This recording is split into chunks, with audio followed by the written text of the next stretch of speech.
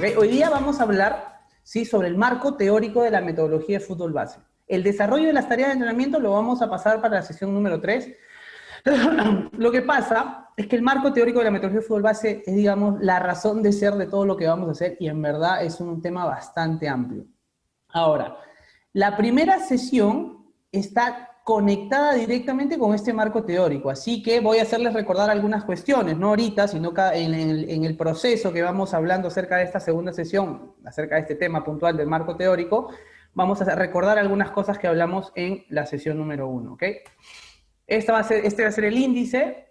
Vamos a hablar primero del proceso formativo y su marco metodológico dividido en dos partes, ¿no? Primero el proceso de enseñanza-aprendizaje, malla curricular del fútbol. Ahí vamos a hacer un break, o sea, ahí vamos a conversar un poco de lo que hemos hablado y vamos a arrancar con la segunda parte, que es básicamente el análisis del jugador y análisis del juego, ¿no? Que son las teorías que van a sustentar todo lo que hemos hecho antes de esta parte, ¿no? Antes de esta segunda parte, básicamente. Comienzo esta segunda sesión con esta frase de aprender a enseñar para enseñar a jugar, que es la base de todo, desde mi humilde punto de vista, ¿no? Esto lo habíamos recordado en las cualidades del entrenador. ¿Recuerdan? Este saber, ¿no? Esta capacidad, esta predisposición al alto rendimiento como lo tienen los grandes deportistas, pero enfocado ¿en dónde? Al aprendizaje, a la capacitación, ¿sí? Porque si no sabemos, no podemos enseñar, lo decía Johan Cruyff, ¿se acuerdan? Entonces, vamos a aprender a enseñar para que los chicos puedan jugar de la mejor forma posible, ¿no? Es una frase del libro de Fútbol Base y Modelo de Juego de Rubén Sánchez y Fabián Perdomo. Ahí lo pueden encontrar. Bueno, vamos ahí con un poco de conceptos, no muchos como en la clase anterior, pero algunos para entender un poco, ¿no? ¿Qué es una metodología de entrenamiento? Una metodología básicamente es la proyección de las ideas sobre el plano real, cómo entrenamos y cómo enseñamos, ¿ok? Eso es muy, muy importante. Estos criterios metodológicos, ¿qué son los criterios metodológicos? Son criterios de acción que van a regular y guiar la labor educativa, ¿ok? Estos nos sirven para entender todo el proceso formativo al cual el niño va a estar inmerso, ¿ok? Primero, adaptar el juego del niño, lo hemos hablado, vamos a adaptar el entrenamiento, vamos a adaptar la competición y vamos a adaptar el aprendizaje, ¿ok? Muy, muy importante. 2, vamos a dividir el proceso en etapas deportivas. Justamente nuestro colega nos dijo, no es lo mismo entrenar a un chico de 3 años o de 3 a 6 años que de 6 a 7. Correcto, totalmente de acuerdo con usted. Vamos a dividir el proceso en etapas deportivas, tomando en cuenta el mes de nacimiento. Vamos a explicar eso, vamos a profundizar un poco más. Habíamos coqueteado con ese tema, ¿no? De tomar en cuenta el mes de nacimiento. Lo vamos a hablar un poquito más a profundidad. Vamos a dividir la etapa del proceso formativo por enfoques. Ahora, esto es un poco adaptado a nuestra realidad, ¿ok?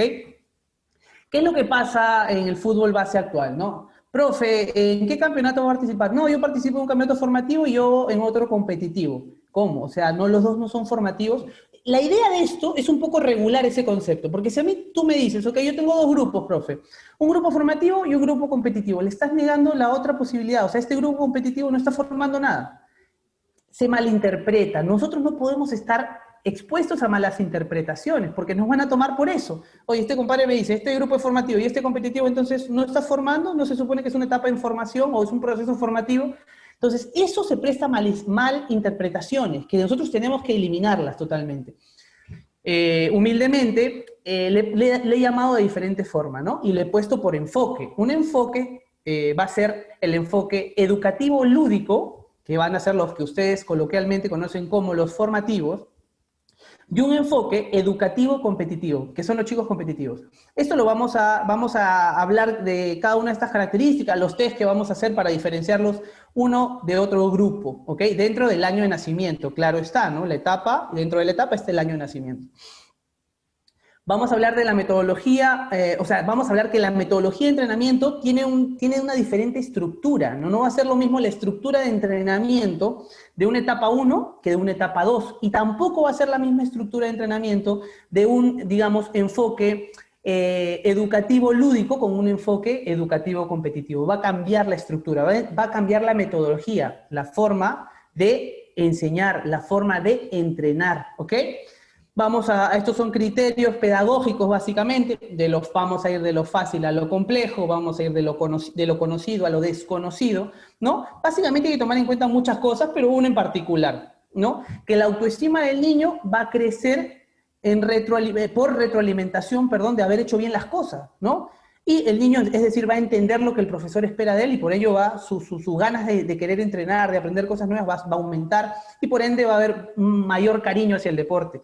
Si hacemos lo contrario, si ponemos ejercicios muy difíciles, por ejemplo, que no lo pueda realizar, disminuimos la autoestima y el cariño por el deporte y por ello se va a alejar, ¿no? Es un aspecto que hay que tomar en cuenta, ¿no? Y vamos a ir de lo individual a lo colectivo. En las primeras etapas estamos hablando de aspectos psicomotores del niño, ¿no? Prácticamente el enfoque va a ser el niño para pasar luego a los juegos sociomotores, ¿no? Un poco de grupos y luego a equipos, ¿no? Esto lo vamos a marcar muy bien en las etapas del proceso formativo, ¿ok? Hay que recordar una cosa muy importante. Nosotros ya habíamos mencionado qué modelo vamos a usar. En la clase anterior hablamos a grandes rasgos de la técnica y la táctica. Un segundo.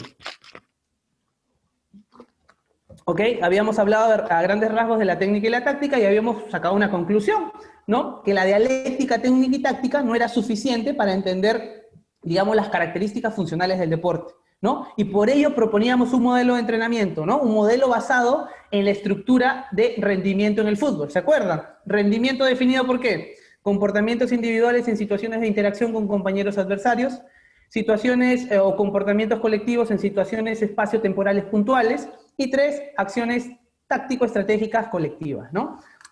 Bueno, un poco de eso se trata, de hablar este modelo. Ahora, llevado a la metodología de entrenamiento, ¿no? Si nosotros queremos tener un proceso formativo, ¿ok? Organizado en todos sus niveles, en función de ¿qué? De la enseñanza y el aprendizaje, tenemos que tener algo parecido a una malla curricular en el sistema educativo, donde se vean reflejado un conjunto de ¿qué? De objetivos, de contenidos, de criterios de evaluación.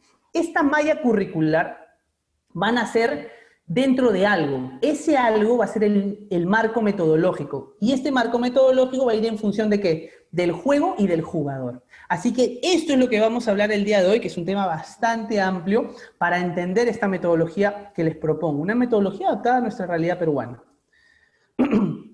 Para seguir avanzando. Tenemos que entender este proceso de enseñanza-aprendizaje, por eso tenemos que entender ciertos conceptos, ¿no? ¿Qué es enseñar? ¿Qué es aprender? ¿Qué es entender? ¿Qué es comprender? Por ejemplo, ¿qué es enseñar? Enseñar es transmitir, comunicar conocimientos, habilidades, costumbres, etcétera. Son compartir eso, ¿sí? ¿A quién? A las personas que de repente no lo tienen, no tienen esas capacidades, no tienen esas experiencias, ¿ok? ¿Qué es aprender? Aprender es sujetar. Si ustedes buscan en el diccionario, aprender es sujetar, ¿sí? Pero ¿qué es lo que puedes sujetar o aprender? Puedes aprender un concepto o una conducta, ¿ok? ¿Qué es entender? Entender es analizar la situación. ¿Y para qué te sirve ese análisis? Para diferenciar conceptos, por ejemplo, o conductas.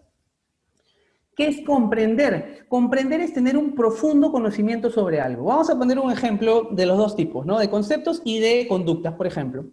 Si yo les digo, ahorita es un ejemplo que se me ocurre, o sea, a ver, que ustedes aprendan lo que es una finta, por ejemplo, ¿no? Entonces, es un concepto, quiero que ustedes lo repitan. A ver, una finta es la acción que realiza el atacante con balón para superar al rival. Estoy dando un ejemplo que puede estar hasta equivocado, es para que entiendan todos estos tres conceptos. Entonces ustedes dicen, ok, una finta es la acción que realiza el atacante con balón para superar al rival. Lo repiten, lo apuntan en su cuaderno y lo aprendieron, lo sostenieron, lo sujetaron en su cabeza. Pero entendieron.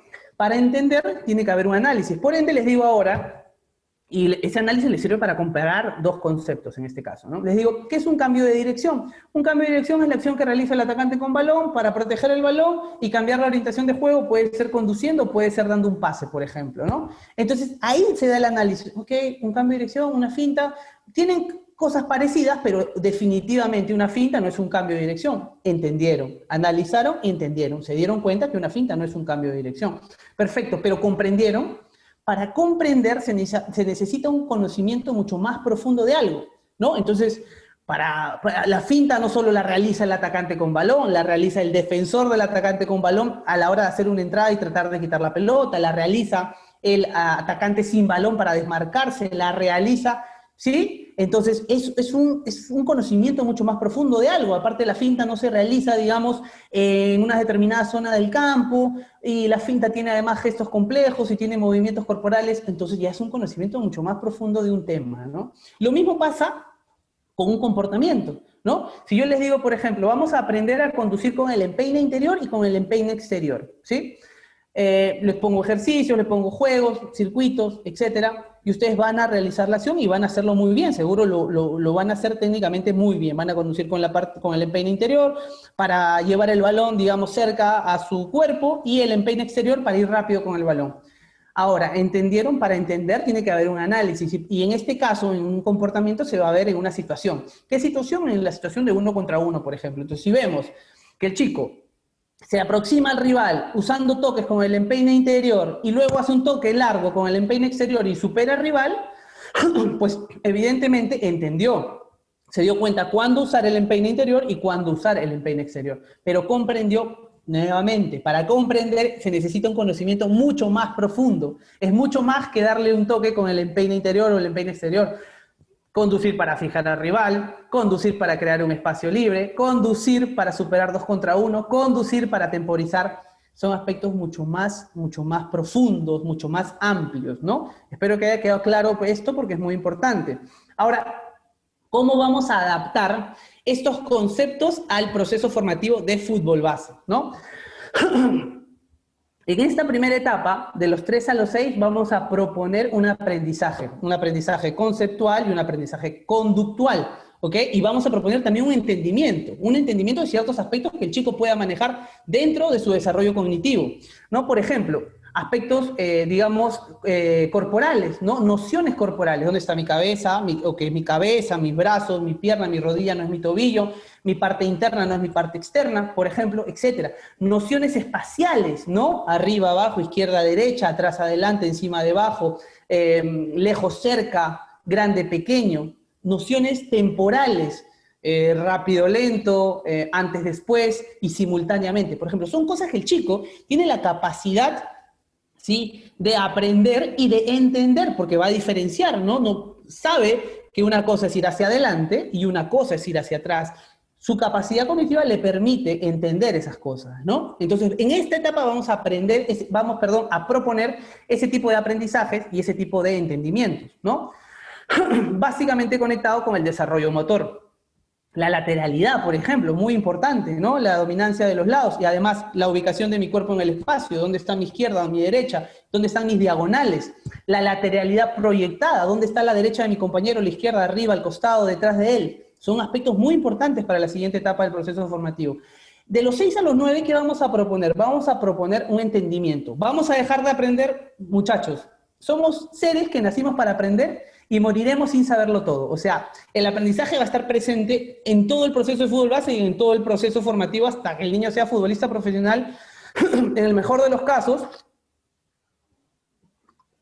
o que sea una persona de bien, como lo mencionamos en la primera diapositiva, ¿no?, que es formar en valores, por ejemplo, ¿no?